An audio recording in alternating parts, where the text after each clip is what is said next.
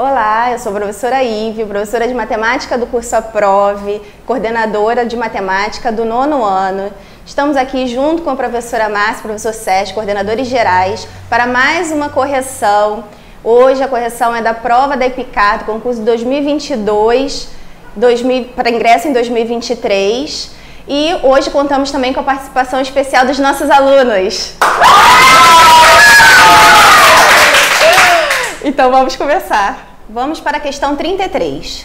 Um aluno, ao finalizar a etapa inicial da formação básica, mais conhecida como ensino fundamental, pode levar consigo para o ensino médio o entendimento equivocado de alguns conceitos matemáticos. Na proposição abaixo, encontram-se algumas afirmações frequentemente enunciadas em sala de aula. Analise e classifique corretamente cada uma quanto a ser verdadeira ou falsa, de acordo com os conceitos matemáticos. Coloquei aqui, né, já no cantinho as opções para me facilitar, né, a correção da questão. Então vamos analisar item por item. O primeiro item é bem tranquilo, se coloca aí raiz de 16, a gente sabe que raiz de um número positivo só pode dar um número positivo. O que pode causar uma certa confusão aí é se eu tivesse x ao quadrado igual a 16, e aí como é que a gente resolve isso?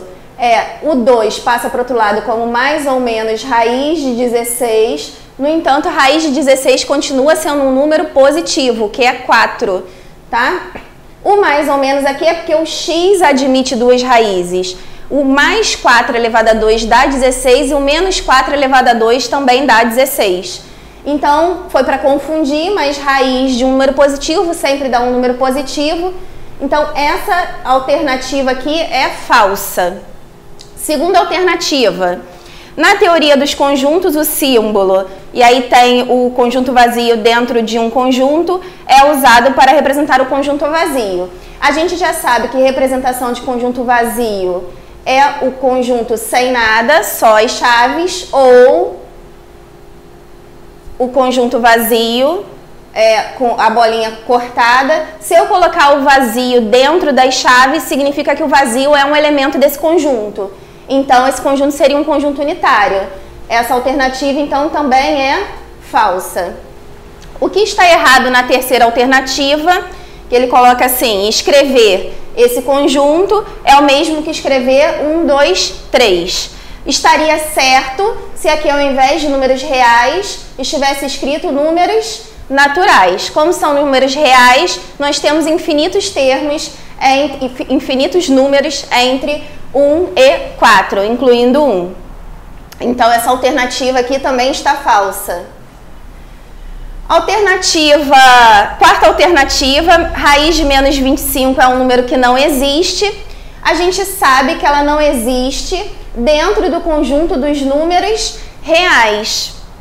Ela existe dentro do conjunto dos números complexos. Inclusive, raiz de menos 25 é igual a 5i, que pertence ao conjunto dos números complexos. Apesar de não ter detalhado aqui no curso o resultado de raiz de menos 25 igual a 5i, quando eu falei lá em equação de segundo grau, que a gente achava um delta negativo, ou quando a gente estava lá em radicais e tinha raiz de índice par de número negativo, eu sempre tive o cuidado de falar que ela não existia dentro do conjunto dos números reais.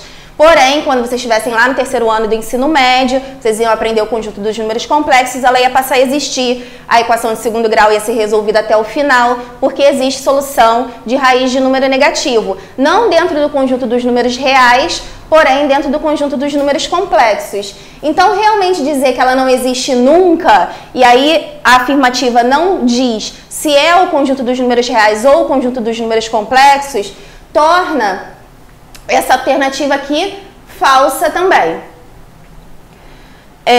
E o último item, que seria o único verdadeiro. Por que ele é verdadeiro? Resolvendo essa equação de segundo grau incompleta, eu jogo o 4 para o outro lado, que é negativo, positivo. O 2 como mais ou menos a raiz de 4 e mais ou menos raiz de 4 vai dar mais ou menos 2. E aí ela está totalmente certa, verdadeira, sendo a única opção verdadeira, gabarito, letra A. Então, eu sou o professor Márcio, professor de matemática do curso Aprova, e eu vou corrigir com vocês a questão 34. Vamos à leitura. Na fazenda faz de conta, 25% dos equinos pensam ser bovinos e 30% dos bovinos pensam ser equinos. O restante de equinos e bovinos pensam ser o que realmente são. O dono da fazenda decidiu então chamar um psicólogo veterinário que resolveu testar todos os equinos e bovinos. Ao final da testagem, o veterinário concluiu que 50% do total de animais pensavam ser equinos. Vamos à pergunta, né? A porcentagem de animais testados pelo veterinário que eram realmente bovinos é aproximadamente igual a... Então, provavelmente a gente vai achar uma porcentagem e a gente vai ter que fazer a aproximação dela para achar a resposta. Vamos transformar os dados para matemática. O que a gente tem? Eu vou chamar primeiro de os equinos, o total deles, da letra E. E os bovinos, vou chamar da letra B. Fazendo isso, 25% dos equinos pensam ser bovinos. Ou seja, 75% de E, eles são equinos e pensam ser equinos. Os 25% são equinos que pensam ser bovinos. Vou fazer a mesma coisa agora com os bovinos. Ele diz que 30% dos bovinos pensam ser equinos, ou seja, 70% são bovinos e pensam ser bovinos.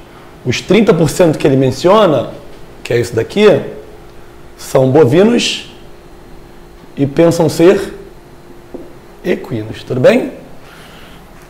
Ele dá mais um dado. Ao final da testagem, o veterinário concluiu que 50% do total de animais pensam ser equinos. Qual o total de animais? E mais B. Então, 50%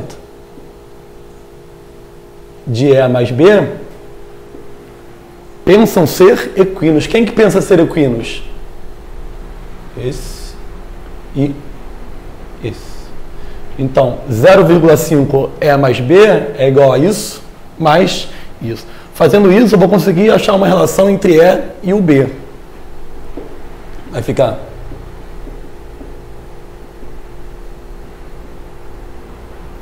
Tá. Vou aplicar a distributiva aqui.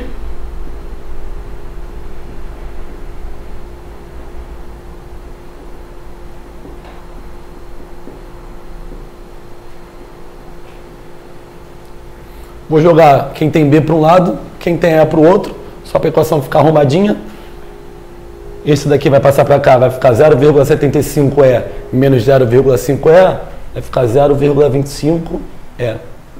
E aqui vai ficar 0,5B menos 0,3B, 0,2B. Aqui eu consigo montar uma relação entre E e o B, né? Eu consigo mostrar que o E é igual a 0,2B dividido por 0,25. Isso aqui vai dar quanto? 0,8B. Para que eu fiz isso?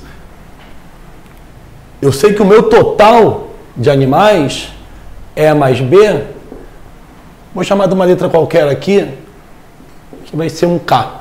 O que eu vou fazer?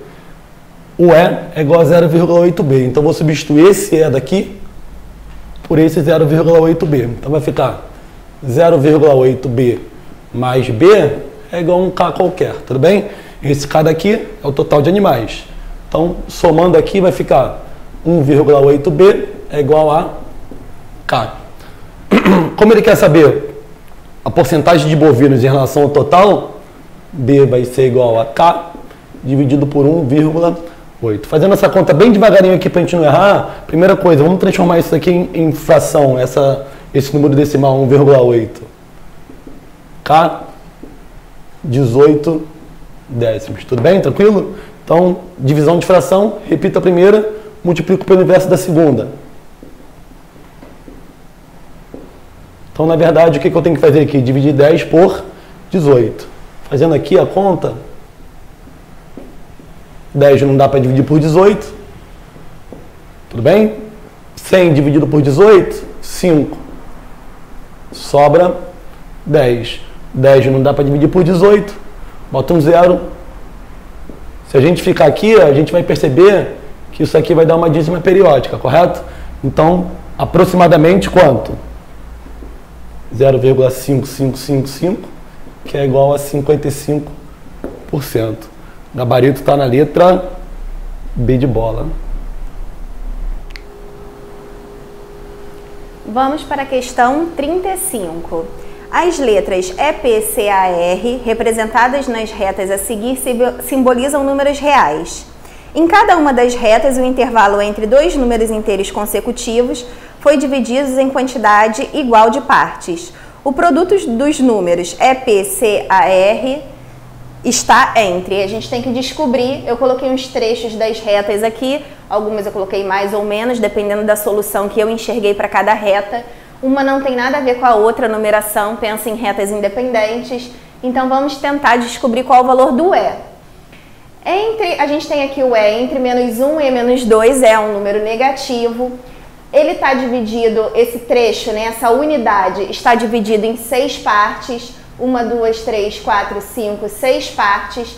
E o E está na metade, na terceira parte, 3/6 ou meio, aqui de menos 2 e menos 1.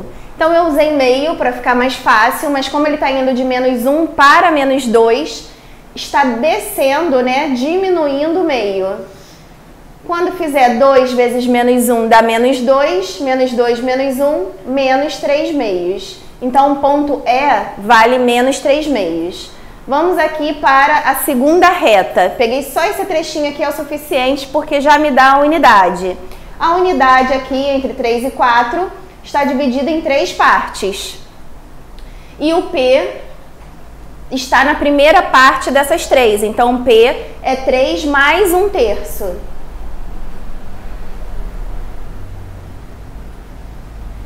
3 vezes 3, 9 mais 1, 10. Então temos que o P vale 10/3 da segunda reta. Terceira reta, não está dividido na unidade, está dividido de 0,1 em 0,1. Eu coloquei aqui só para observar. E cada décimo ainda está dividido em 1, 2, 3, 4, 5, 6, 7 partes. Então, o que eu fiz aqui, né? Se você for olhar na sequência, também está dividido em 7 partes. Todos os décimos estão divididos em 7 partes. Então, aqui eu contei 1, 2, 3, 4 décimos dessas 7 partes que estão divididas. Seguindo a sequência, né, que a gente está fazendo o raciocínio anterior, eu estou lá no 0,3 positivo e eu vou somar quanto? 0,4 dividido por 7, porque aqui não é a unidade, tá? Eu andei 4 tracinhos, daí 0,4 dividido por 7, porque esse décimo está dividido em 7 partes. Quando eu fizer isso, 7 vezes 0,3 vai dar 2,1. 2,1 mais 0,4 dá 2,5 sétimos.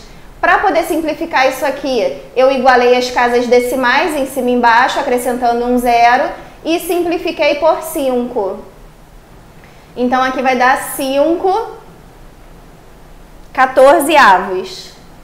Já na fração simplificada, esse é o ponto C. O ponto A, na reta de baixo, o que eu achei mais fácil, como aqui na reta tinha a unidade, ó, de menos 1 a 0, eu fui ver em quantas partes essa unidade estava dividida. Aqui eu tenho que até o menos 1/5 está dividido em 5, de menos 1/5 até menos 2/5 em 5. Então o total de partes em que está dividido de menos 1 a 0 são 25 partes. Eu achei mais fácil escrever o A como menos 1, está indo para a esquerda, está ficando mais negativo, né? Um número menor aqui ainda, estou diminuindo quantos de 25? 1, 2, 3. Então eu estou tirando 3/25. Menos 1 vezes 25, menos 25, menos 3, menos 28/25. Essa é a letra A. E por último a letra R, antes da gente fazer o produto de apicar, a gente tem aqui Não tem a unidade aí representada, mas de 0 até 1/7 está dividido aqui em 8 partes. 1, 2, 3, 4, 5, 6, 7, 8. E de novo eu tenho R no meio dessas 8 partes. Para eu não precisar fazer, poderia ter feito 4/8, dá no mesmo, mas eu peguei lá no meio, eu vi que ela estava no meio entre 0 e 1/7, então lá do 0 eu somei meio vezes 1/7, a metade de 1/7, tá? Então a gente tem aqui 1/14. Vamos então para o produto de EPICAR.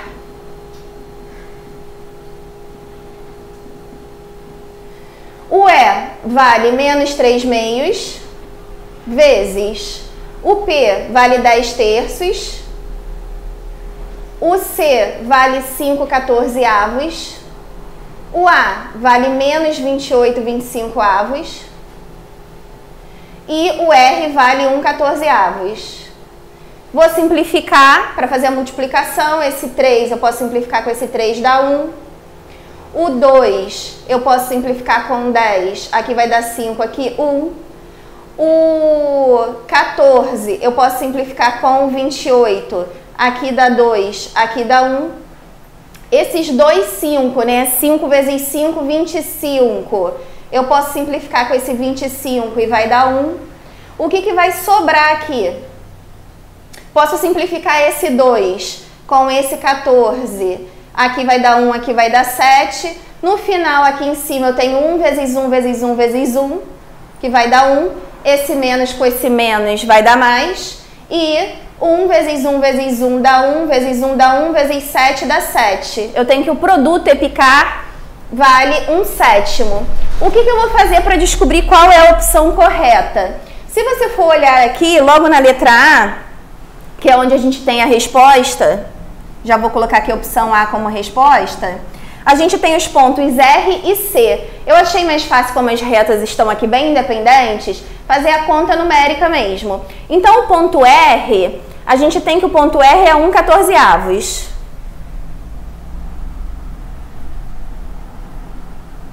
O ponto aí, outro ponto, né, da letra A, para a gente saber se está entre, seria o C. O C é o ponto 5/14, que foi calculado ali. E a gente tem o valor de EPICAR, que é 1/7, que para eu colocar ali com o mesmo denominador, para a gente comparar as frações de mesmo denominador, é só eu multiplicar em cima e embaixo por 2. Vai dar 2/14. Então eu jogo ele aqui, ó, 2/14. A gente enxerga que o 2/14, que é o resultado do produto de E por P, C, A e R, ele está entre 1 e 5, né? Já que todos os denominadores são iguais. Então, a única alternativa correta que nós temos aí é a opção da letra A. Olá, eu sou o professor Fernando, do curso Aprove, professor de matemática. Hoje a gente vai dar continuidade às soluções das questões da prova da EPICAR, que aconteceu no domingo passado, né? E vamos fazer a versão A. Vamos fazer especificamente as questões de geometria. Vamos começar pela questão de número 36. Ela diz o seguinte: no triângulo da figura abaixo, o ângulo EAP mede 80 graus. IPR e EC são bissetrizes dos ângulos EPA e AEP, respectivamente. Ele quer saber a medida do ângulo alfa em graus. Vamos ver aqui na figura que dados são esses, tá? Eu já providenciei aqui o desenho para que a gente consiga ver exatamente o que ele está falando, do que a questão está falando e o que ela está pedindo para a gente. Temos aqui o nosso triângulo AEP, EC é bissetriz do ângulo E, PR é bissetriz do ângulo P. Nós também temos que o ângulo EAP mede 80 graus, então esse ângulo aqui de baixo, ele tem medida 80 graus. E nossa missão é calcular a medida do ângulo alfa. Para isso, a gente vai aproveitar as informações de que essas linhas são bissetrizes e a gente vai definir aqueles ângulos que estão lá nos cantos. Por exemplo, esse ângulo aqui eu vou chamar de θ, posso chamar o adjacente também de θ, uma vez que a gente tem ali uma bissetriz dividindo em dois ângulos iguais. De forma semelhante, eu vou chamar aquele ângulo ali de alfa e vou chamar aquele outro ali também de alfa. A gente sabe que pela soma dos ângulos internos, quando a gente considera o triângulo AEP, né, a soma dos ângulos internos tem que dar um total de 180 graus. Vamos escrever isso. Os dois alfas somados com os dois tetas e ainda somados com os 80 graus, a gente vai ter que ter um total de 180 graus. 2 alfas mais 2 tetas, 180 graus, menos 80 graus, 100. Notem que todo mundo ali é divisível por 2, então a gente vai simplificar por 2 toda a equação, de maneira que a gente vai obter alfa mais θ igual a 50 graus. Muito bem, a gente está fazendo esse cálculo para estabelecer uma relação entre os ângulos alfa e θ, porque agora a gente vai conseguir finalizar a questão observando esse triângulo menor que ficou formado aqui. Deixa eu dar nome a esse ponto aqui de cruzamento, né, das bissetrizes. Vamos dar nome àquele ponto ali, por exemplo, de T. Então, vocês vão observar que a gente também tem uma formação de um triângulo aqui, que seria o PTE, e que o alfa ele é ângulo externo desse triângulo PTE. Pelo teorema do ângulo externo, esse ângulo alfa vai ser igual a esse ângulo alfa aqui vai ser igual à soma dos outros dois ali. Tá? Só fazendo uma correção, para a gente não ter problemas em relação a nomes, né? Eu vou chamar esses aqui, por exemplo, de betas. Só fazendo uma correção aqui, para a gente não ficar parecendo que a gente está falando do mesmo alfa, né? Não ficaria bem ruim isso. Então, ó, só um detalhe técnico aqui. Então, a gente vai poder afirmar que aquele ângulo alfa, ele é a soma dos dois internos beta com θ. Então, o alfa ele vai ser um 50 graus, pelo teorema do ângulo externo. Vamos ver qual foi a opção. Então, dentre elas, a gente vai observar que a opção correta é a letra D. Estamos falando da prova versão A, ok? Então, letra D é o gabarito. Vamos para a questão 37. Nas aulas de educação física de uma escola, todos os alunos devem escolher uma ou duas modalidades esportivas, daquelas que são ofertadas. A escolha deve obedecer a 3 critérios. Primeiro critério: se o aluno deseja escolher um único esporte praticado coletivamente, então as modalidades ofertadas são futebol, basquete, vôlei e handebol. Segundo critério: se o aluno deseja escolher um único esporte praticado individualmente, então as modalidades ofertadas são natação, atletismo, xadrez e esgrima. Terceiro critério: se o aluno deseja escolher 2 modalidades, uma coletiva e outra individual, então ele pode escolher somente entre as seguintes duplas: futebol e natação, basquete e atletismo, vôlei e xadrez ou handebol e esgrima. Em 2022, as escolhas de todos os alunos estão nas 3 tabelas a seguir. Coloquei esses resultados aqui, tá? Dos esportes coletivos, dos esportes individuais e se eles escolhessem um coletivo e um individual.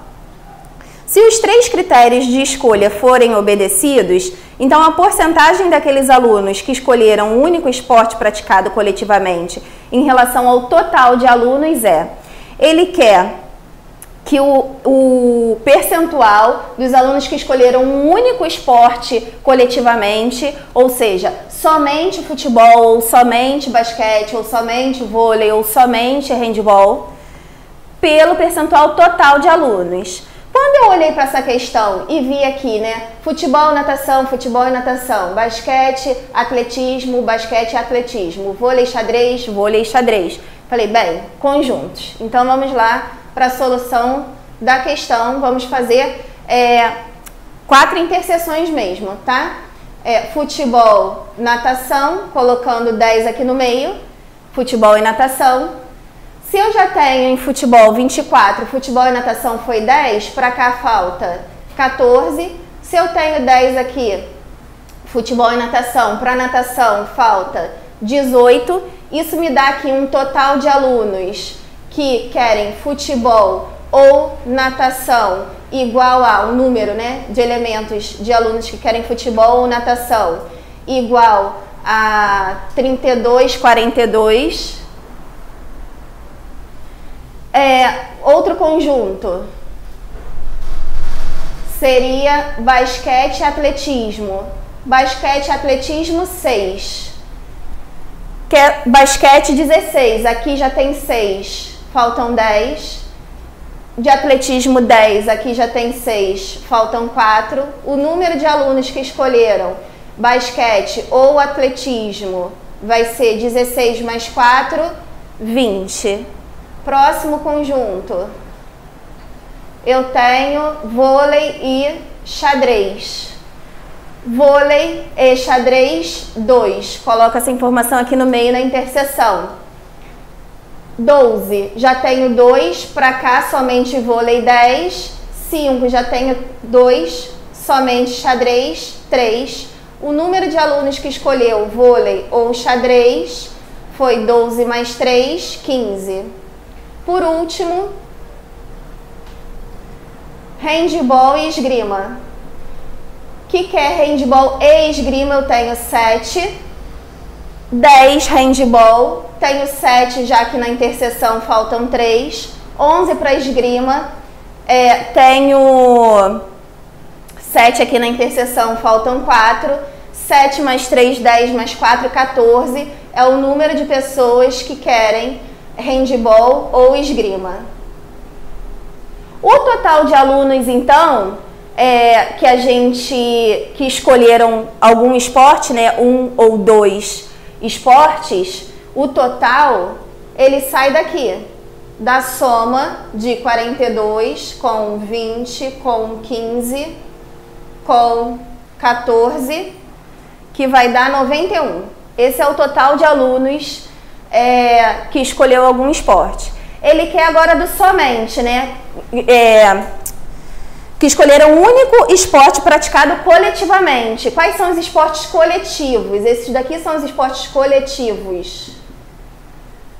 Então, os esportes praticados coletivos, somente eles eu tenho aqui, ó, 14, tenho 10 aqui e tenho 3. Se eu somar 14 mais 10 mais 10 mais 3, isso aqui vai dar 37. E aí a gente tem aqui, olha, 37 é o total de alunos que escolheram um único esporte coletivamente. 91 é o total de alunos. Para a gente calcular aqui a porcentagem, a forma mais fácil nesse caso, já que 91 é 13 vezes 7, é dividir mesmo 37 por 91, que dá 0,406 e multiplicar por 100. E aí aproximando, né, para dar o valor em percentual, aproximando, isso aqui fica aproximadamente 41%. Vamos só comentar que é um número entre 30% e 45%, que está na letra C. Vamos só comentar aqui algumas coisinhas sobre os critérios, né, para ficar bem estruturada a solução desse problema. Quando, lá no primeiro critério, isso do meu entendimento, tá, para resolver a questão. Quando lá no primeiro critério ele fala se o aluno deseja escolher um único esporte praticado coletivamente, não significa que ele só pode praticar esportes coletivos. E também no segundo critério é a mesma coisa, quando ele diz se o aluno deseja escolher um único esporte praticado individualmente, não significa que ele só pode praticar esportes individuais, se for feita essa escolha. Até porque no terceiro critério está dando a opção dele escolher duas. Quando ele está dizendo isso lá no primeiro critério é porque ele não pode escolher dentro desse critério, né, dos esportes coletivos, futebol e basquete, por exemplo. Ele vai ter que escolher um entre futebol, basquete, vôlei e handball. Mesma coisa no segundo critério. Esporte individual, ele tem natação, atletismo, xadrez e esgrima. Ele vai poder escolher um dentre esses 4, tá? Quando ele coloca um único. Então não está naquela situação do somente quando a gente pensa em conjuntos, né? Não era para somar tudo e sair dividindo. Era realmente para pensar aqui como interseção dos valores e montar os conjuntos para resolver a questão. Tudo bom? Então, aqui, letra C, questão 37, resolvida. Vamos agora para a correção da questão 38. Há 5 anos, a população de Sucupira era igual à população que Vila da Mata tem hoje. De lá para cá, a população de Sucupira não mudou, mas a população da Vila da Mata cresceu 30%. Hoje, a soma das duas populações é igual a 260 mil habitantes. A soma do número de habitantes dessas duas cidades há 5 anos atrás é igual a... Primeira coisa que eu vou fazer é montar uma tabela relacionando o passado com o presente. Antes disso, vou chamar a população de Sucupira de S e a de Vila da Mata de M, só por uma questão de facilidade, para não ficar perdendo muito tempo escrevendo. Então vamos lá. Há 5 anos, a população de Sucupira era igual à população que Vila da Mata tem hoje. Até aí, daqui a pouco a gente vai chegar nessa observação. De lá para cá, a população de Sucupira não mudou, mas a população de Vila da Mata cresceu 30%. Então, o que aconteceu? Sucupira no passado é a mesma coisa que no presente. E Vila da Mata? Vila da Mata no passado era M e no presente cresceu 30%. Se cresceu 30%, se era M, aqui passou a ser 1,3 M. Tá? Vamos voltar à primeira informação. Há 5 anos atrás, a população de Sucupira era igual à população que Vila da Mata tem hoje. Ou seja, S vai ser igual a 1,3 M. Tudo bem? Então, com isso, o que eu vou fazer? A última informação dele. Hoje, a soma das duas populações é igual a 260 mil. Isso mais isso é igual a 260 mil. O que eu vou fazer? Onde tem esse S aqui, eu vou substituir por 1,3M. Vai ficar 1,3M mais 1,3M é igual a 260 mil. Tranquilo? Então, vou somar M com M, vai ficar 2,6M. Só para facilitar a minha vida, aqui eu vou escrever 260 mil usando 2,6, só para poder simplificar. Então, vai ficar 2,6 vezes 10 elevado a 5, que é o 100 mil, né? 1, 2, 3, 4, 5 casas eu estou andando, beleza? Então, com isso eu consigo cortar o 2,6 com 2,6. O M é 10 elevado a 5, que é o 100 mil, correto? Então a gente tem que M é igual a 10 elevado a 5, que é igual a 100 mil. Então, eu vou achar o S aqui agora, já que eu já achei meu M. S vai ser igual a quem? 1,3 vezes 100 mil. Vou ter que o S vai ser igual a 130 mil. Achei o S, achei o M. Só somar S mais M. S mais M vai ser igual a 100 mil mais 130 mil, que vai ser igual a 230 mil. Gabarito está na letra D de dado. Então, vamos para a questão 39. O produto das raízes da equação na incógnita A com A diferente de mais ou menos 4 é igual a... De cara aqui, né, a gente enxerga vários produtos notáveis que a gente vai fatorar aqui, dar uma fatoraçãozinha, para poder dar uma simplificada, para não fazer tanta conta. Estou olhando no denominador, tá? Esse denominador aqui, A ao quadrado menos 16, ele é um quadrado do primeiro menos o quadrado do segundo. A gente pode desmembrar ele na soma pela diferença. Então, a gente tem aqui A mais 4, A menos 4. Isso vai ser igual a 1 sobre A menos 4. E aqui, nessa terceira parcela aqui, né, dessa conta, a gente tem A ao quadrado menos 8A mais 16. Esse trinômio aqui, ele é resultado de quem? De A menos 4 ao quadrado, porque A ao quadrado está aqui, 2 vezes o primeiro vezes o segundo está aqui, e o quadrado do segundo está ali, tá? Então, A menos 4 ao quadrado. Quando ele te dá essa informação que A é diferente de mais ou menos 4, nesse caso aqui, pra gente, o 4, vamos pensar no 4 positivo, o fato dele não poder ser 4 positivo aqui, 4 menos 4 vai dar 0 e não existe divisão por 0, ele está tirando a impossibilidade de eu simplificar. Eu vejo aqui que todos os denominadores eu tenho A menos 4, A menos 4, A menos 4, A menos 4. Isso equivale a multiplicar a equação inteira por A menos 4. Eu posso simplificar esse A menos 4 que está aqui, em todos eles. E aí a conta vai ficar bem reduzida.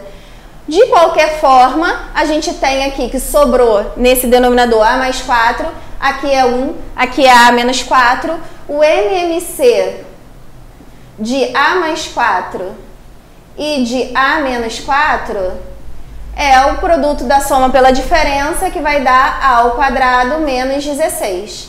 Mas, de qualquer forma, isso aqui vai ficar bem menor. Então, eu só vou passar limpo para cá, tirando ali aquela parte que eu cortei, que eu simplifiquei.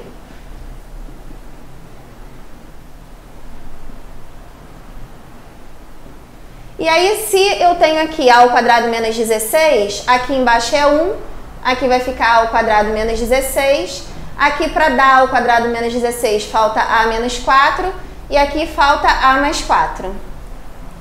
Quando a gente for escrever esse produto, eu gosto de escrever bonitinho lá entre parênteses para não ter problema, né, de regra de sinal.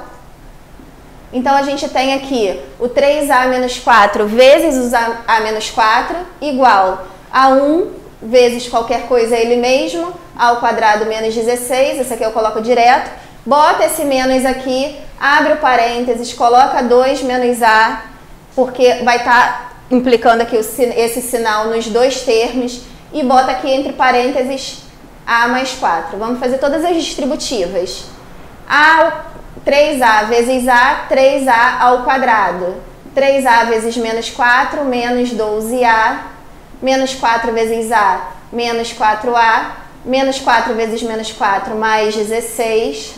Aqui tem A ao quadrado menos 16, menos, abre parênteses, 2 vezes A, 2A, 2 vezes 4, 8, menos A vezes A, menos A ao quadrado, menos A vezes 4, menos 4A, fecha parênteses. Aqui vamos ajeitar, né? Vou colocar aqui 3A ao quadrado, menos 12 menos 4 dá menos 16A, mais 16 vai ser igual. Vou ajeitar o lado todo aqui de uma vez só, tá? Menos com menos, esse daqui, né? Menos com esse menos mais, então dá A ao quadrado mais A ao quadrado, 2A ao quadrado.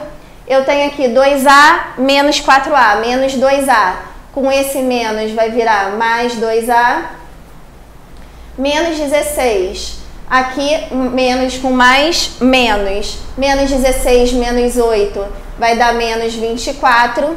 E aí, o que eu faço? Jogo tudo para um lado só para ficar na forma canônica da equação de segundo grau. Então, o 2A ao quadrado vem para cá negativo, 3 menos 2 dá 1, menos 16A mais 2, esse mais 2 vai para o outro lado, menos 16 menos 2 vai dar menos 18A, mais 16, esse menos 24 vai para o outro lado, mais 16 mais 24 dá mais 40, aqui fica igual a 0. Para aqui e volta para o problema. Ele quer o produto das raízes, não precisa fazer mais quase nada. Porque a gente sabe que lá da soma e do produto, quem é o produto das raízes? C sobre A. A é o coeficiente que acompanha o termo que está ao quadrado e C é o termo independente. Então, a gente tem aqui 40 divididos por 1, que vai dar 40, letra B de bola.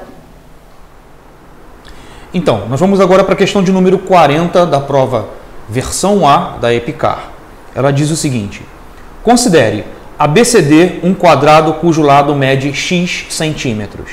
MN, pontos médios dos lados AB e BC do quadrado, respectivamente. MN e L alinhados. O segmento MN é congruente ao segmento ML. MLK, um triângulo isósceles de base MK e AM, B e K alinhados. A medida MK em função de x em centímetros é igual a quanto? Vamos ver isso numa figura. A questão ela não mostra uma figura, ela vai exigir uma construção da nossa parte. Então eu já preparei aqui o quadrado, já dei um adianto aqui para a gente. Vamos marcando as informações relativas a esse quadrado. Uma das informações é que esse quadrado tem lado x em centímetros. Uma outra informação é que a gente tem os pontos M e N como sendo médios, respectivamente, dos lados AB e BC. Então, o ponto M, eu vou marcá-lo aqui, e o ponto N, eu vou marcá-lo ali. Ora, na medida que você tem eles como pontos médios, a gente vai poder afirmar, então, que a distância MB é igual à distância BN e ambos medem a metade do x. Eu já vou marcar essa informação aqui para a gente. O que mais ele fala? Temos ali um terceiro ponto, né, que ele vai citar, que é o ponto L, que diz que esse ponto está alinhado com M e N. Bom, se esse ponto está alinhado com M e N, ou esse ponto vai estar aqui acima, fazendo o alinhamento, ou ele vai estar aqui por baixo, fazendo o alinhamento. O que vai definir onde exatamente está esse ponto L? Essa definição vai ocorrer quando ele citar aqui o segmento MN tem o mesmo tamanho que o segmento NL. Então, o MN tem que ter o mesmo tamanho do segmento NL. Então, o L não poderia estar aqui em cima, porque senão a distância entre NL seria maior do que MN. Portanto, essa distância tem que estar aqui embaixo. Então, eu vou marcar o ponto L ali. Que mais? Ele diz que M, L e K é um triângulo isósceles. Então, ML, então M até o L até um certo ponto K, a gente tem um triângulo isósceles. Deixa eu só destacar aqui que aquela distância é igual àquela outra distância. Então, a gente vai ter um outro ponto, que é o ponto K, que ele vai estar formando um triângulo isósceles a partir desse lado aqui. E diz também que a base desse triângulo é o MK. Então, esse ponto K, ele deverá estar por aqui, tá certo? Esse ponto K, ele precisa estar por aqui. Deixa eu chegar ele um pouquinho mais para cá, para a figura ficar um pouquinho melhor. Né? Então, a gente vai ter aqui, ó, a formação de um triângulo isósceles, e ainda ele vai confirmar a posição desse ponto K na medida que ele fala que os pontos A, M, B e K precisam estar alinhados. Então, A, M, B e K, eles precisam estar sobre uma mesma linha. Então, isso garante que esse ponto K não está em nenhum outro lugar. Então, se esse triângulo aqui ele é isósceles de base MK, eu vou poder dizer que o tamanho de ML, tá, o comprimento ML, é o mesmo comprimento MK. Nós vamos calcular isso daqui a pouquinho. E o que nós queremos calcular? A medida de MK. Então, o nosso X, melhor, vou até chamar de Y no final das contas, né? O nosso Y, nosso alvo, é chegar ali naquela medida Y que está marcada na figura. Vamos considerar então agora os dados e algumas marcações ali na nossa construção. Bom, começando, como a gente tem um quadrado ABCD, a gente tem um ângulo de 90 graus. E observem que esse triângulo MBN, ele é isósceles e retângulo. A partir disso eu vou poder afirmar quanto que mede em função de x o segmento MN. Né? Ele funciona como se fosse uma diagonal de um quadrado, de um pequeno quadrado que estaria aqui. Então, a gente sabe que a diagonal do quadrado é o lado vezes a raiz de 2. No caso aqui, o lado que eu estou considerando é o x sobre 2. Então, eu vou ter essa medida MN como sendo x sobre 2 vezes a raiz de 2. E, na medida em que NL tem o mesmo comprimento de MN, eu vou ter de novo aqui o x sobre 2 vezes a raiz de 2. Portanto, o comprimento ML vai ser o dobro de x sobre 2 raiz de 2, ou seja, vai ser x raiz de 2. Então, como o segmento LK tem o mesmo comprimento que ML, uma vez que isso aqui é um triângulo isósceles de base MK, eu vou poder afirmar que esse comprimento aqui é x raiz de 2. Observem que esse ângulo aqui, ele é de 45 graus.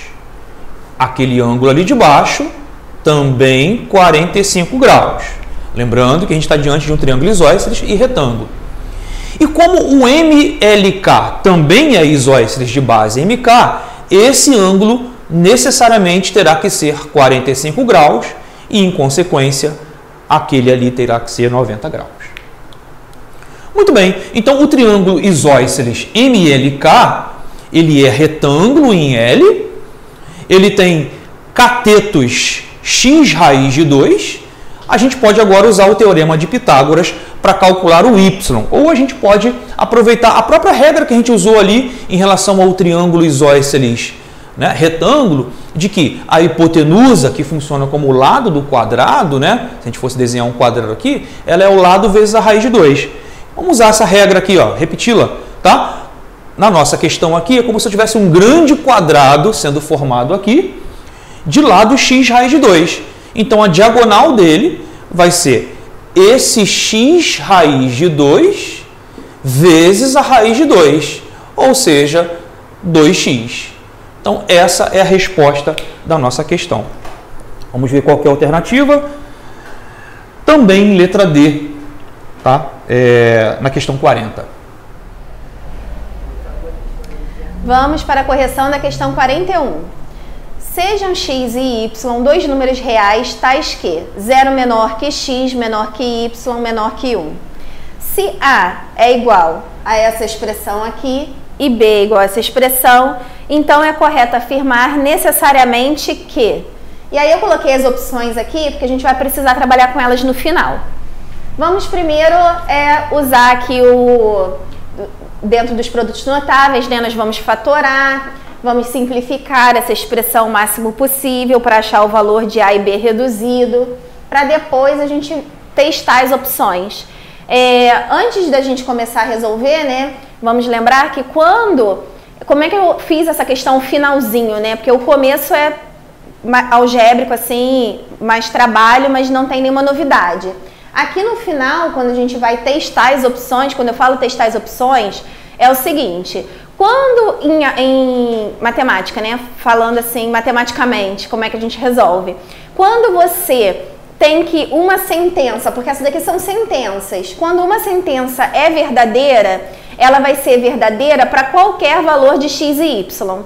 Então, a gente tem que provar genericamente que ela é verdadeira para qualquer valor de x e y. A gente consegue fazer isso em uma única opção. Só que, para você provar que ela é falsa, você não precisa demonstrar que ela é falsa. Basta você dar um contra-exemplo em que aquela situação não se aplica. Então, você está mostrando que não é todo valor de x e y, para todo valor de x e y é verdadeira, logicamente ela vai ser falsa. Tá? Então, as opções que forem falsas, a gente vai dar contra-exemplo. A gente não tem como demonstrar que ela é falsa aqui, não no nível de álgebra que vocês têm atualmente. Então, vamos lá. Primeiro, vamos simplificar as questões, o valor de A e o valor de B, para a gente poder ver o que vai dar isso aí. Aqui, ó. No numerador de cara, a gente já tem x e x, vamos colocar o x em evidência. Vamos usar o processo lá de fatoração por evidência. Colocando aqui x em evidência, aqui sobra x, aqui sobra 1. X menos 1. Embaixo a gente tem o trinômio, né? Que é o quadrado do primeiro menos 2 vezes o primeiro vezes o segundo mais o quadrado do segundo. Ou seja, a gente pode escrever isso aqui como x menos 1 ao quadrado. Dividido. Depois transformo isso numa multiplicação. Não há necessidade por enquanto. Tenho 2 aqui que está se repetindo nas duas parcelas. Vou colocar o 2 em evidência. Fica x mais 1. Aqui é o quadrado do primeiro menos o quadrado do segundo. Posso colocar na soma pela diferença. Fatorei.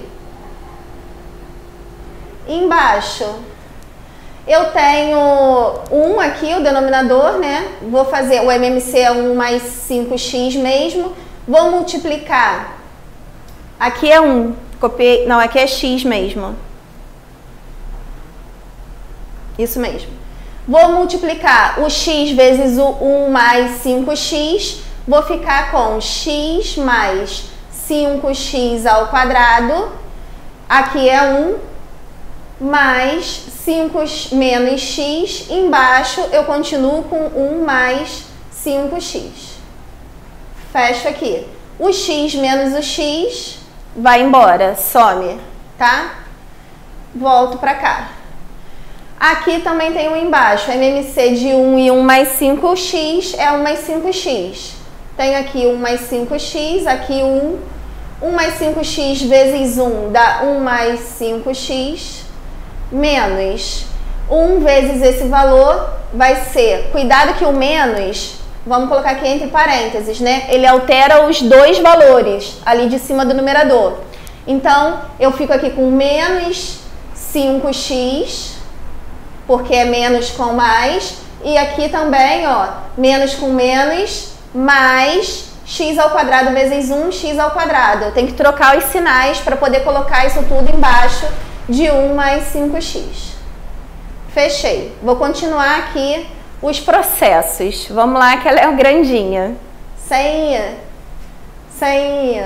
preocupações. X menos 1 eu vou simplificar aqui com x menos 1, já que está x menos 1 ao quadrado, né? X menos 1 vezes x menos 1, um deles foi embora, um fator foi embora. Ficou aqui x sobre x menos 1.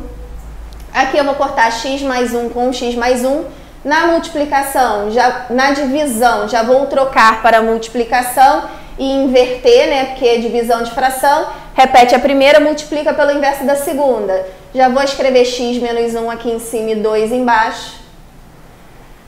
Aqui eu fico com 5 em evidência, porque está se repetindo. Vai sobrar x ao quadrado mais 1 sobre 1 mais 5x. Vamos colocar isso aqui ainda entre parênteses, vezes, já vou inverter, vou jogar aqui divisão de fração de novo, repete a primeira, multiplica pelo inverso da segunda, vou jogar 1 mais 5x lá para cima e vou ver o que vai dar aqui. 5x menos 5x vai embora, sobra 1 mais x ao quadrado que vem aqui para baixo. O que a gente ainda tem aqui para simplificar desse A? X menos 1 com x menos 1. Aqui sobra x sobre 2. Aqui embaixo eu tenho x ao quadrado mais 1. É a mesma coisa que 1 mais x ao quadrado. Posso cortar. 1 com 1 mais 5x com 1 mais 5x. Posso cortar. E aqui sobrou 5.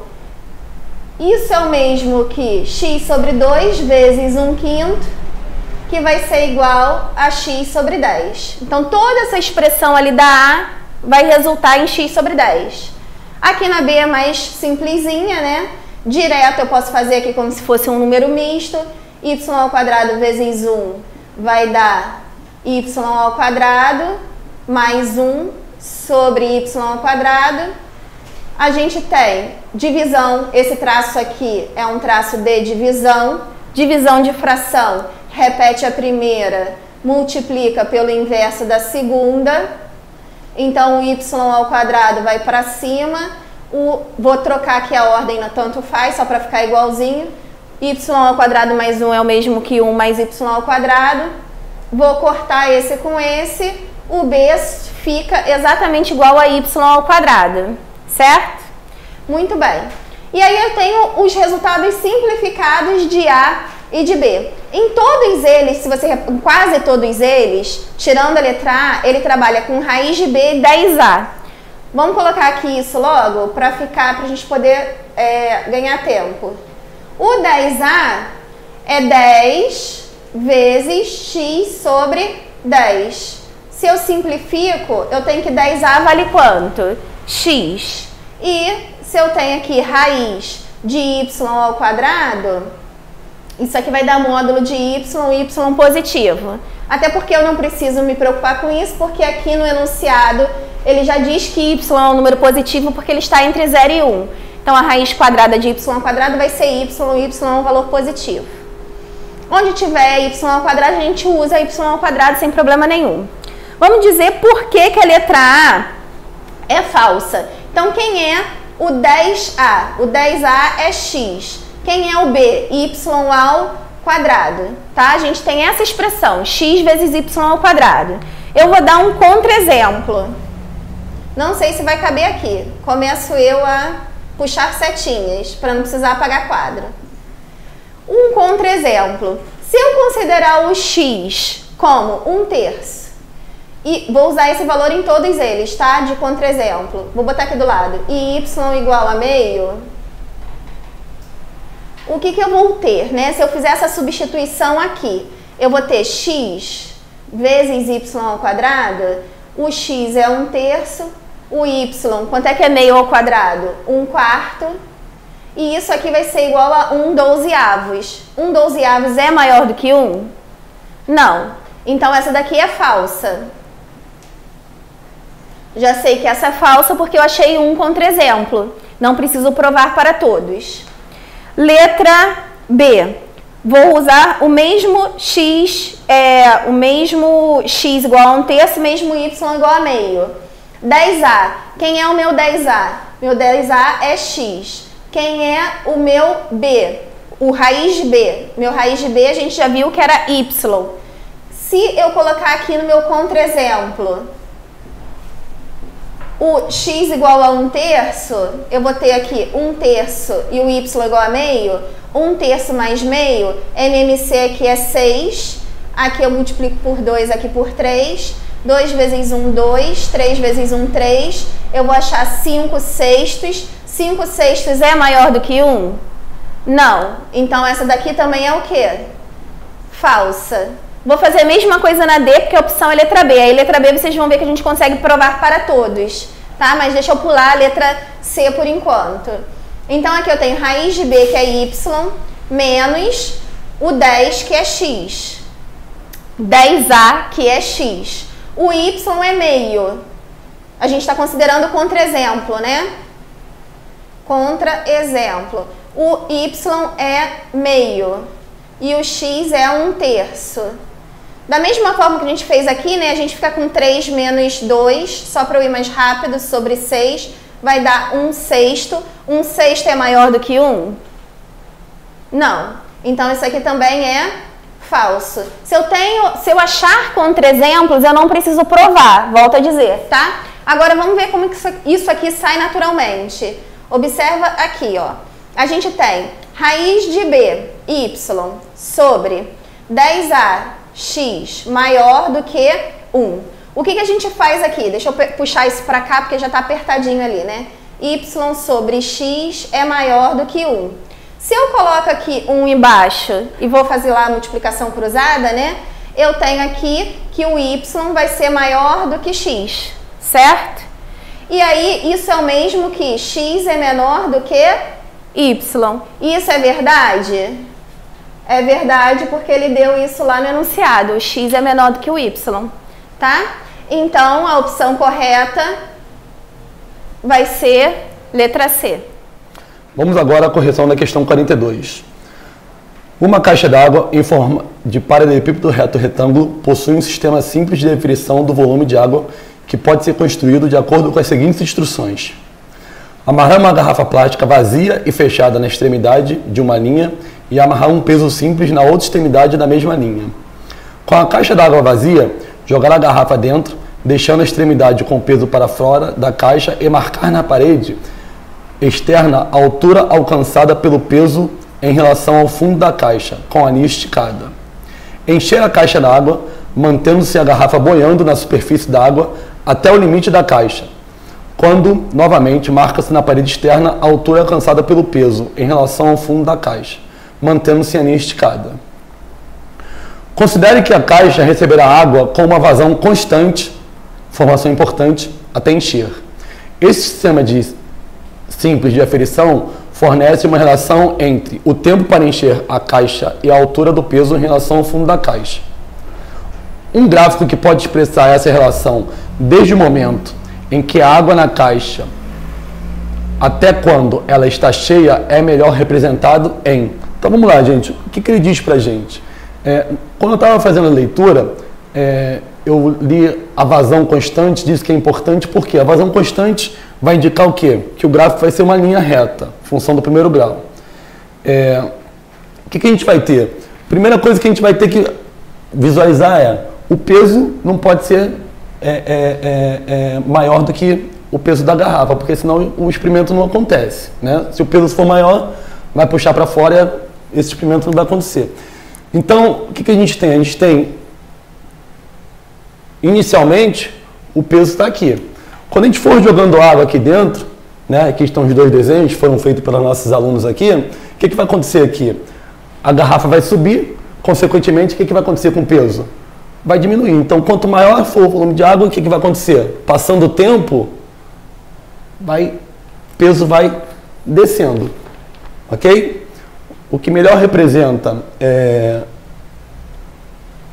essa situação toda é o gabarito e a letra.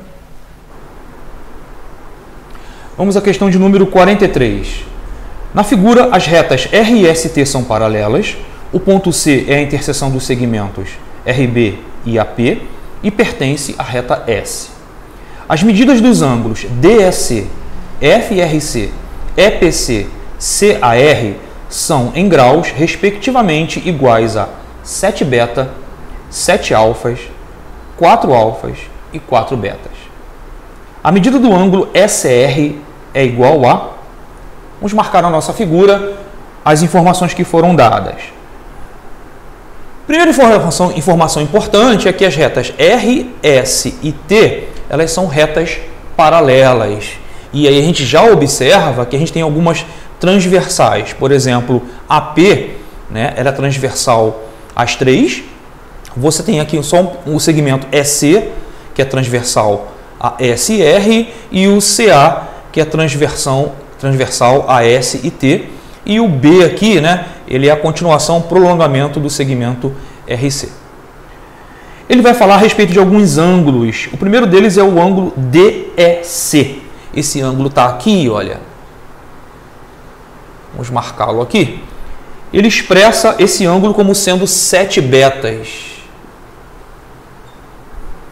Ele também vai dizer o ângulo FRC. Tá? O ângulo FRC, ele está aqui embaixo. Ele vai expressar esse ângulo como sendo 7 alfas. Tem mais outros dois. O ângulo EPC. Onde está o ângulo EPC? O ângulo EPC é aquele ângulo ali, olha. Ele vai dizer que esse ângulo vale 4 alfas. E por fim, ele vai dar a expressão do ângulo CAR. Que ele está aqui embaixo. A expressão dele vai ser 4 betas. O que a gente quer calcular? A gente quer calcular a medida desse ângulo todo aqui, olha só. É isso que ele quer que a gente calcule. Tá bom? Vou deixar em aberto ali a letra que corresponde a ele. Já já eu atribuo alguma letra. Ok? Então, vamos fazer o seguinte. Vamos considerar as informações que o problema está dando para a gente. Talvez a primeira informação que você já consiga observar é que, na medida que você tem AP como sendo uma transversal a essas paralelas, a gente sabe que retas paralelas cortadas por uma transversal, elas vão definir ângulos, tá, chamados alternos internos, que são, por exemplo, esse ângulo aqui de cima, 4 alfas, e aquele ângulo ali de baixo, por exemplo, que vai ter a mesma medida que o 4 alfas. Então, eu vou chamar aquele ali de baixo de 4 alfas e eu já consigo estabelecer uma relação entre o alfa e o beta. De que maneira? 4 alfas mais 4 betas vai totalizar 180 graus. E aí, todo mundo ali é divisível por 4, vamos simplificar. O que vai acontecer? Alfa mais beta igual a 45 graus. Vamos deixar aqui na memória essa primeira informação e vamos ver no que ela vai ser útil para a gente em seguida. Vamos olhar agora para outros lugares, usando a mesma lógica de alternos internos e de ângulos que somam 180 graus. Notem que a gente vai poder expressar aquele ângulo ali, ó, adjacente aos 7 betas, como sendo o suplemento dele. Portanto, ele vai ser 180 graus menos o 7 beta. Aquilo que falta para ele chegar a 180. E aí, esse pedaço aqui de baixo do ângulo que a gente deseja calcular, ele vai ser alterno interno com aquele que eu acabei de expressar. Então, ele vai ter também a medida 180 graus menos 7 betas. E algo idêntico vai acontecer ali embaixo. Reparem, esse é o suplemento do 7 alfas. Então, eu vou chamá-lo de 180 menos 7 alfas, tá? Expressá-lo aqui embaixo, ó. 180 menos 7 alfas. E esse ângulo aqui, esse outro pedaço do ângulo que a gente deseja calcular, ele também é alterno interno, só que do 180 menos 7 alfas. Portanto, a medida dele, 180 graus menos 7 alfas. Muito bem, o ângulo que a gente deseja calcular vai ser a soma daqueles dois que a gente acabou de construir ali as relações. Vamos escrever isso?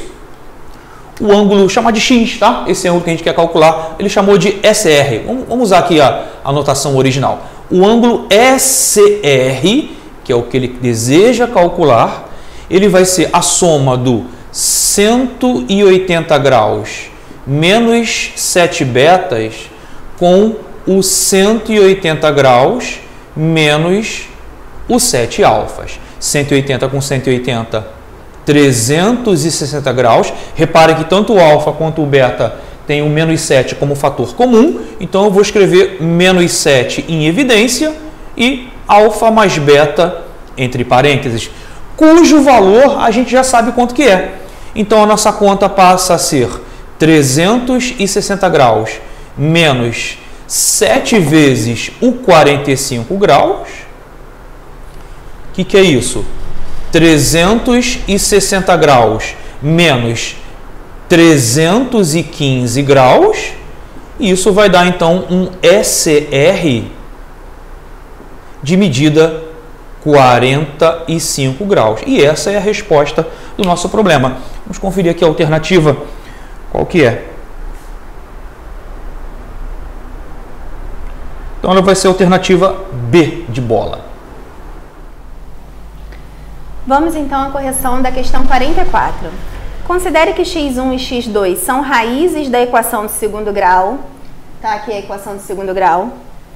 Na incógnita x, com m pertencente a r, m diferente de 2 e x1 mais x2 igual a 7. Seja b o valor dessa expressão, o número b é. Então, teoricamente, eu sempre falo que se puder simplificar essa expressão aqui, simplifique. Só que aqui a gente tem uma raiz de índice m, tem uma potência de índice m. Eu percebi que o caminho não era simplificar, era tentar achar o valor desse m primeiro e substituir como se fosse uma expressão, né, em que você vai substituir o valor numérico. E como é que eu acho o valor de m? Eu vou ter que prestar atenção nessa informação aqui, ó, que a soma das raízes vale 7. Se eu ajeitar essa equação de segundo grau aqui completa, que não está na forma canônica, ela está aqui, ó, ax ao quadrado, bx tem um igual. Vou tirar esse igual aqui. Como eu vou trocar esses números de lugar, esse aqui vai virar mais, esse aqui vai virar menos, e vamos colocar aqui igual a 0. Então, esse valor aqui todo é o valor do C, esse valor todo aqui é o valor do B, e esse valor todo aqui é o valor do A. E aí a gente tem a forma tradicional da equação de segundo grau, ax ao quadrado mais bx mais c igual a 0. Como eu quero aqui, estou dizendo que a soma das raízes dá 7, o que é a soma das raízes, né? Lá de soma e produto mesmo.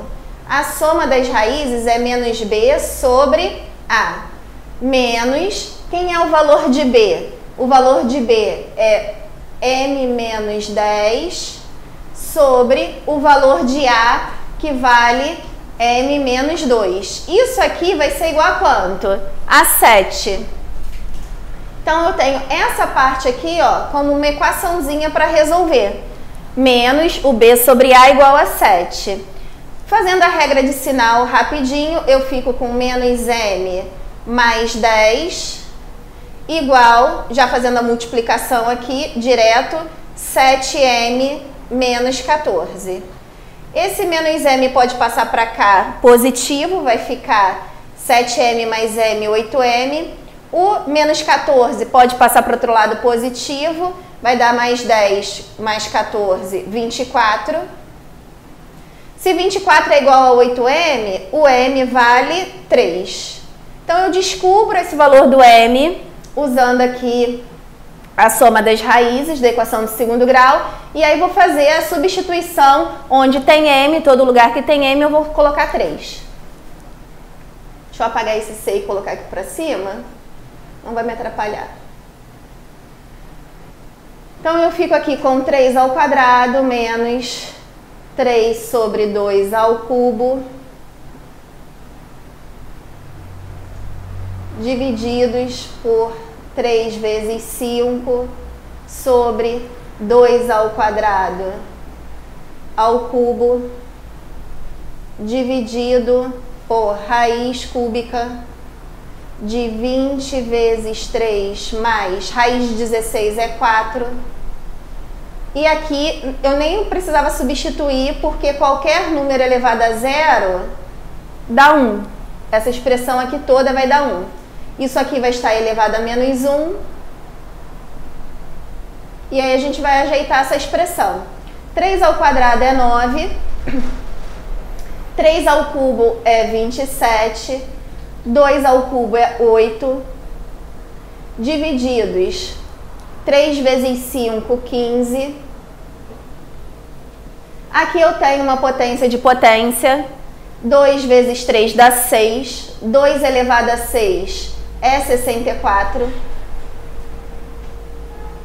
Raiz cúbica de quem? 20 vezes 3 é 60, mais 4 vai dar 64. Como eu tinha dito aqui, qualquer número elevado a zero é 1. Isso aqui vai estar elevado a menos 1. A expressãozinha já está ficando bem arrumadinha. Eu tenho aqui 8 vezes 9, 72. 72 menos 27 aqui em cima. Vou deixar indicado por enquanto. Divididos por 8. Vezes. Já vou aqui trocar a divisão pelo produto. Então, divisão de duas frações, repete a primeira, inverte a segunda. Então, eu tenho aqui 64 sobre 15. Simplifiquei 8 com 64, que vai dar 8, aqui vai dar 1. Aqui vai dar 1 sobre 64 na inversão, 64 sobre 1 elevado a menos 1. Raiz cúbica de 1 sobre 64 é 1 quarto, né? 4 vezes 4 vezes 4, que dá 64. 1 vezes 1 vezes 1, que vai dar 1. Já tirei a raiz cúbica direto. O que que isso me dá? Vou ter ali na primeira expressão, aqui vai dar 45 sobre 1, que eu não preciso colocar, vezes 8 quinzeavos.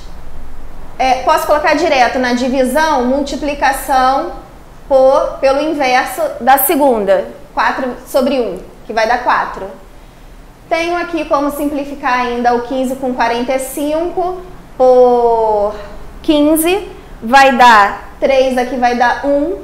3 vezes 8 vezes 4 dá 96. E aí ele pede o número B, opções, letra A, é primo, é irracional, é quadrado perfeito, tem 12 divisórias naturais? É claro que 96 não é primo. Também não é um número irracional e não é um quadrado perfeito. Só para a gente checar o número de divisores de 96, vamos fazer a fatoração de 96 em fatores primos. Dividido por 2 vai dar 48, por 2 vai dar 24, por 2, 12, por 2, 6, por 2, 3, por 3, 1.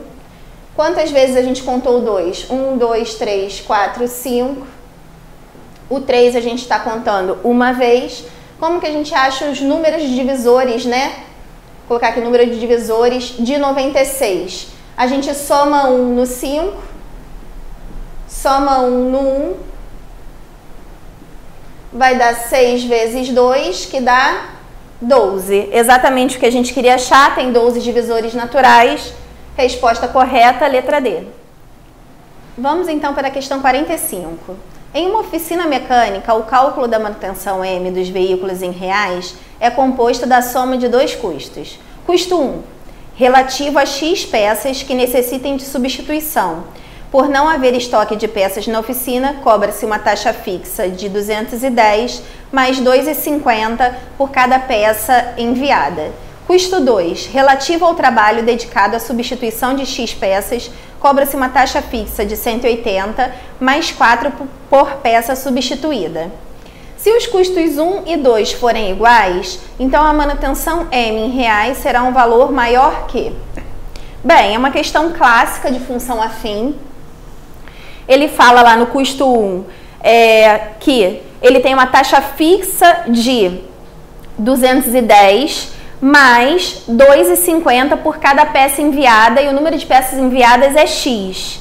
Então, eu tenho aqui, vou chamar esse do custo 1 de Y1, para a gente diferenciar um do outro. Esse Y1, eu tenho lá o custo variável 2,50 por peça, mais a taxa fixa de 210. No custo 2, ele fala que esse custo vai ser o quê? Vai ser R$4 por peça substituída, 4x, custo variável, mais o custo fixo de 180. No final, ele pergunta se os dois custos forem iguais, ou seja, ele está considerando que Y1 é igual a Y2. Basta igualar, então, essas duas expressões, resolver a equação e vai achar o valor de x. Nós temos, então, que 4x mais 180 vai ser igual a 2,5x mais 210. 2,5 vem para cá subtraindo. 4 menos 2,5 dá 1,5.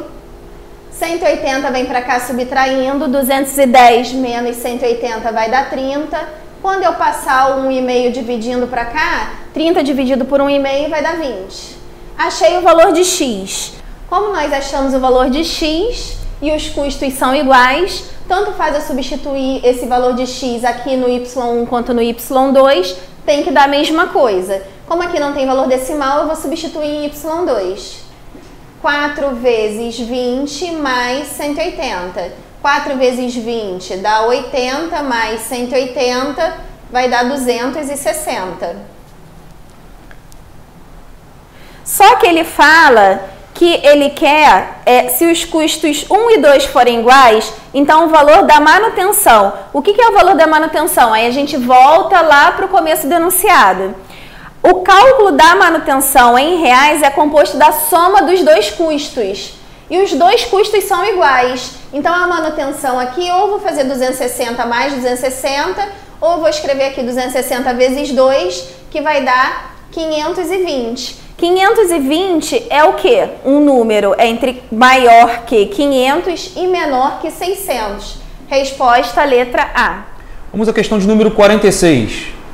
Um triângulo possui dois lados de medidas L e 22 menos L, ambos em centímetros.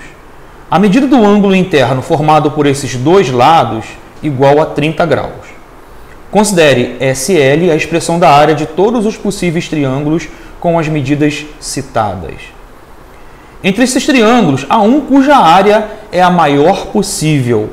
O valor dessa área em centímetros quadrados é igual a...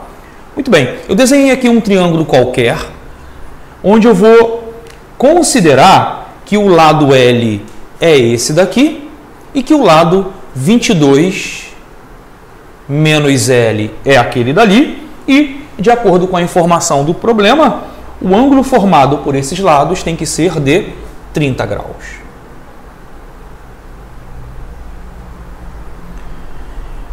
que o problema quer que a gente calcule? Né? A área desse triângulo. Reparem que esse terceiro lado, ele pode ser mais curtinho, né? Esse ângulo, né? Você pode ter ele até um pouquinho mais curtinho. Como assim um pouquinho mais curtinho? Dependendo do que é esse L, né? Esse triângulo ele pode ser algo mais curto, digamos que seja um L pequeno, e eu tenho ali um 22 menos L também pequeno. Ou eu posso, dependendo desse L sendo bem grande, eu posso ter ampliado esse L aqui e esse outro, e eu vou ter uma outra área também.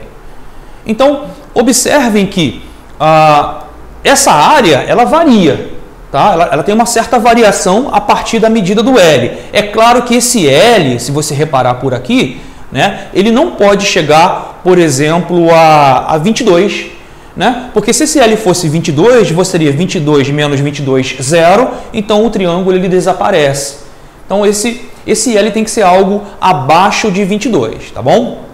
Então ele vai ter lá um teto para esse valor do L. Mas não é o L que ele quer saber qual que é a área máxima que esse triângulo vai poder atingir, dadas essas condições.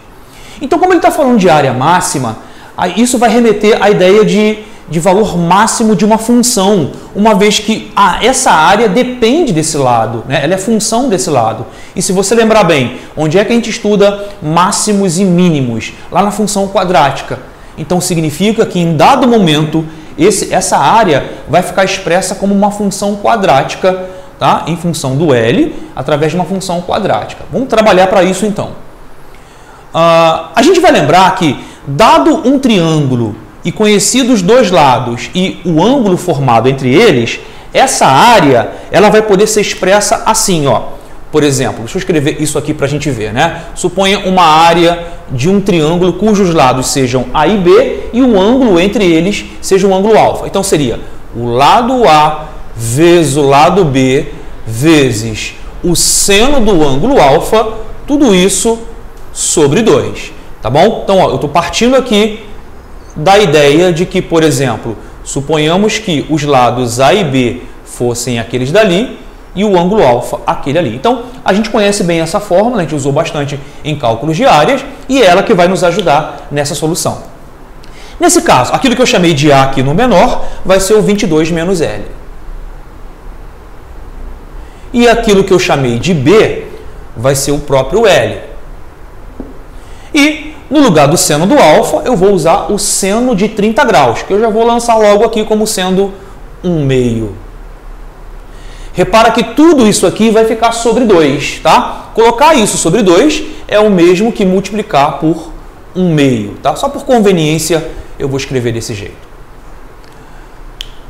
Então vocês vão observar que quando eu fizer aqui uma distributiva, né, e já aproveitando esse 4 que vai dar aqui embaixo, eu vou ter 22 L's sobre 4 menos L ao quadrado sobre 4.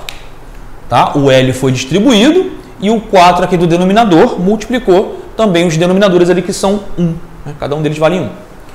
Vamos só dar uma melhoradinha nesse 22 aqui e arrumar de tal maneira que a gente tem aqui, ó, menos L ao quadrado sobre 4. Vou levar ele para frente e eu vou simplificar esse 22 quartos por 2.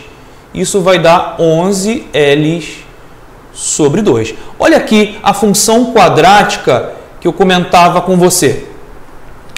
Né? A gente tem, então, a área em função do L expressa através do formato de uma função quadrática. Vamos aproveitar para recordar aqui uma coisa. Dada uma função quadrática, né, lá na álgebra, você costuma vê-la assim, ó, f de x igual a x ao quadrado mais bx mais c. No nosso caso aqui, no lugar de f de x, a gente tem s de l. No lugar do x, a gente tem o l. Né? E aí, os termos, os coeficientes a, b e c, são eles respectivamente. Vamos anotar isso aqui, ó. O a dessa função quadrática é o menos 1/4. O b desta função quadrática é o 11/2. Você vai falar, ué, está faltando alguma coisa ali. Sim, está faltando porque o c ele vale 0. E aí, dada essa função quadrática, Quando o coeficiente A ele é negativo, a curva que vai representar essa função quadrática, que é uma parábola, ela vai ser uma curva que vai estar desse jeito aqui, mais ou menos, tá? Com um biquinho aqui em cima, e esse biquinho a gente chama ele de vértice da parábola, e vai ter um valor máximo ali da função, que ele não vai conseguir ultrapassar aquele teto. Tá? E esse valor máximo da função quadrática, também conhecido como y do vértice, nós temos uma fórmula para calculá-lo. Tá? Então, no caso aqui, a área, o valor da área no vértice dessa função quadrática vai ser menos delta sobre 4A. E é isso que a gente vai ter que calcular. Essa vai ser a nossa resposta. Vamos continuar aqui calculando essa área máxima. Vou colocar assim, ó, SL mesmo, tá bom? Bom, menos delta. Delta você sabe que é B ao quadrado menos 4AC. Vamos arrumar isso aqui.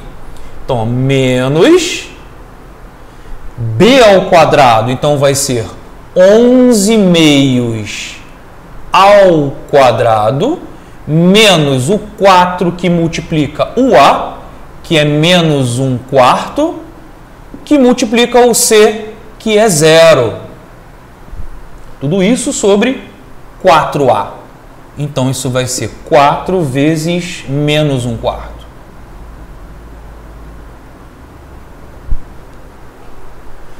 O que vai acontecer lá em cima? 11 meios ao quadrado, isso vai dar 121 sobre 4. Esse termo aqui, olha, ele vai zerar, porque eu tenho uma multiplicação por zero. Então, lá no numerador, eu vou ter menos 121 sobre 4. E no denominador, 4 vezes menos 1/4, isso vai dar menos 1. Então, a gente vai ter uma divisão de negativo por negativo. A gente vai ter, então, 121 quartos. Vamos ver quanto que vai dar isso? Nas alternativas, elas não estão na forma de fração. Então, fazendo a conta aqui rapidinho, 121 por 4, olha, vai dar 3, sobrou nada, baixou 1 ali, né? Então, eu vou pôr um 0 e um 0 ali, um 0, e um 0. 10 por 4 vai dar 2, né? Sobram 2, só completar com 0, vai dar 5 e sobra nada. Então, significa que essa medida da área, ela vai ter que ser 30,25 centímetros quadrados, ou, de uma forma melhor, né? 30 centímetros quadrados e 25 centésimos. Vamos embora ver qual que é a alternativa correta. Letra B de bola é a correta. Vamos então para a questão 47. Antes de eu começar a leitura dessa questão, é bom informar, né? Apesar de ter um triângulo e tem geometria ali, só vai ter um teorema de Pitágoras, na verdade, de geometria. E essa estrutura algébrica aqui que está mais puxadinha, por isso que eu estou resolvendo essa questão no lugar do professor Fernando, tá? Muito mais álgebra do que geometria aqui na resolução desse sistema. Considere o triângulo ABC mostrado na figura abaixo, em que o lado AC mede x centímetros e BC mede y centímetros. A medida dos lados AC e BC satisfazem o sistema de equações, que está aqui. A área do triângulo ABC em centímetros é igual a...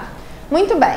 Para eu achar, então, o valor, né, de x e y, tem que resolver esse sistema. Como que eu resolvi? Eu ajeitei as equações do jeito tradicional, colocando x e y no primeiro membro da equação e deixando o número isolado no segundo membro. Então, aqui ficou 3x menos 2y igual a 4 raiz de 3.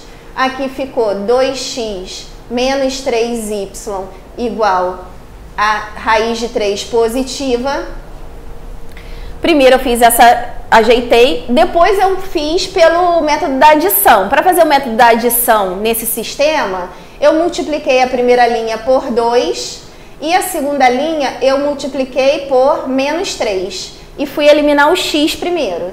Quando eu multiplico a linha inteira por 2, eu fico com 6x menos 4y é igual a 8 raiz de 3. E aqui eu vou ficar com menos 6x mais 9y igual a menos 3 raiz de 3.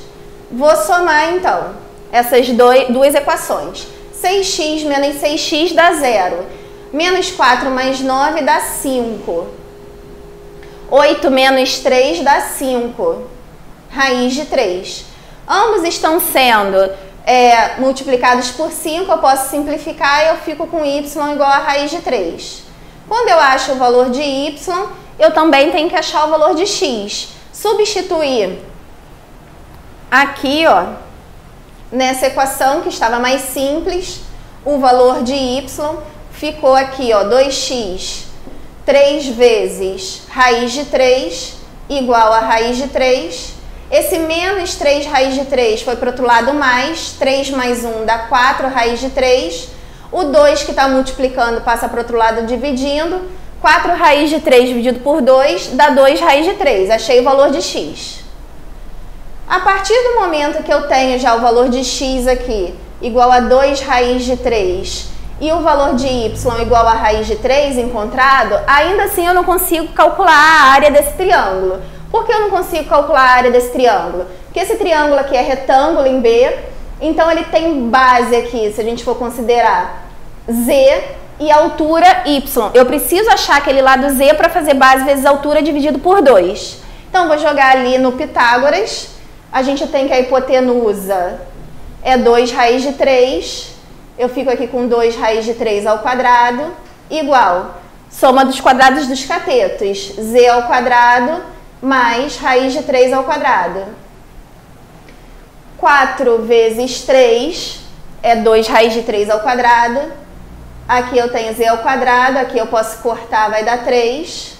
12, esse 3 vai para o outro lado negativo, 12 menos 3 dá 9. A raiz de 9 vai ser 3. Achei o z igual a 3. Então, como z vale 3, agora sim eu posso calcular a área, que é base vezes altura divididos por 2. A base vale, que eu falei que era z, vale 3. A altura é o y, que é o raiz de 3, sobre 2. E essa resposta, 3 raiz de 3 sobre 2, se encontra na letra D. Vamos à questão de número 48, a última questão de geometria dessa prova. Antes de falecer, o senhor Antônio deixou em seu testamento a divisão de sua fazenda para seus 4 filhos. Depois da morte do senhor Antônio, ao abrir o testamento, os filhos se depararam com o seguinte documento: deixo de herança minha fazenda, dividida em 4 partes, uma para cada um dos meus 4 filhos, conforme o croquis abaixo. Então, lá no desenho que a gente tem no testamento, a gente tem um pedaço, né, da fazenda dele, que ele chama área A, correspondente a 54 decâmetros quadrados, destinada ao filho Antônio Júnior. A área B, que está expressa em 0,36 hectômetros quadrados, destinado ao filho Bento. A área C, está aqui embaixo, 14.400 metros quadrados, destinada à filha Cláudia. E a área X, que é a área D, destinado ao filho Damião. A fazenda tem o formato retangular e os 4 lotes A, B, C e D também são retangulares. Se as marcações deixadas no testamento pelo senhor Antônio forem respeitadas, então a área X destinada ao filho Damião é igual a quanto? Muito bem, a primeira coisa que você vai notar é que as áreas estão expressas em unidades de medidas diferentes. Eu já tomei cuidado aqui de convertê-las todas para metros quadrados, tá? Você poderia ter escolhido convertê-las todas para quilômetros quadrados, decâmetros quadrados ou hectômetros quadrados, conforme as alternativas. Eu arbitrei uma aqui e, se for o caso, a gente, no final das contas, converte para aquela que corresponde à alternativa correta, tá bom? Então, para ganharmos tempo, eu já fiz aqui a conversão, né? Então, se você tomar como referência a tabela de unidades de medidas, né, onde tem um metro quadrado como unidade padrão, 54 decâmetros quadrados correspondem a 5.400 metros quadrados, 0,36 hectômetros quadrados correspondem a 3.600 metros quadrados e a área C já está expressa em metros quadrados. Nossa missão é calcular a área D. Como a gente tem aqui um retângulo, eu vou definir, por exemplo, essa altura do retângulo A como sendo o A minúsculo e a base dele como sendo B. Você vai reparar então que a altura da área B, do retângulo B, também vai ser A. Só que a base dele vai ser C. E esse B e esse C também serão bases, respectivamente, de D e C. Porém, essa altura eu vou considerá-la diferente. Ok? Vou até colocar aqui, ó, que aqui também é B e que aqui também é C. Então, reparem que a gente tem aqui, por exemplo, essas duas áreas de bases iguais e alturas diferentes, essas duas áreas de bases iguais e alturas diferentes. Vamos aproveitar isso para a gente entender uma relação que existe entre essas quatro áreas. Que relação é essa? Reparem que a área A, eu vou poder expressá-la como sendo base vezes altura, ou altura vezes base. Só para ficar na ordem alfabética, vai ser o produto AB. A área B, por sua vez, vai ser o produto AC. Já a área D, que nós queremos calcular, ela vai ser o produto BD. É isso que a gente quer descobrir. E a área C vai ser o produto CD. Muito bem. Eu quero mostrar uma relação bem legal para vocês, que é a seguinte. Eu vou fazer a razão entre as áreas A e D. Por curiosidade, eu vou calcular quanto que dá a razão entre as áreas A e D. Bom, a área A é A vezes B e já a área D é B vezes D. O que vai acontecer aqui? Tem um fator comum ali, que é o B. Então, a razão entre essas áreas vai ser a razão entre as alturas A e D. Agora, eu também vou fazer a razão entre as áreas B e C. Olha o que vai acontecer. A área B é expressa por A vezes C e a área C é C vezes D. A gente também vai ter um fator comum ali, que é o C. Então, também a razão entre essas áreas é a razão entre essas alturas. Então, o que acontece? Dois retângulos aqui de mesmas bases, né? A razão entre as áreas deles será a razão entre as alturas deles. E nota que, como deu a mesma coisa, eu posso garantir que A sobre D vai ter que dar o mesmo resultado de B sobre C. Ou seja, a área D ela vai ser o produto de A vezes C sobre B. Pronto, o que nós queremos que é a área D vai ser o produto da área A, 5.400, área C, 14.400, sobre a área B, 3.600. Para a nossa felicidade, 14.400 divididos por 3.600, isso vai dar 4. Então, a área D que nós desejamos, né, vai ser o quádruplo de 5.400. O que vai ser isso? 21.600. Como a gente trabalhou o tempo todo com metros quadrados, a resposta está em metros quadrados. Vamos ver qual é a alternativa? Vamos ver aqui. Letra C de casa. Vocês assistiram à correção da prova de matemática da EPICAR do último concurso. Se vocês chegaram até aqui e gostaram do que assistiram, comente.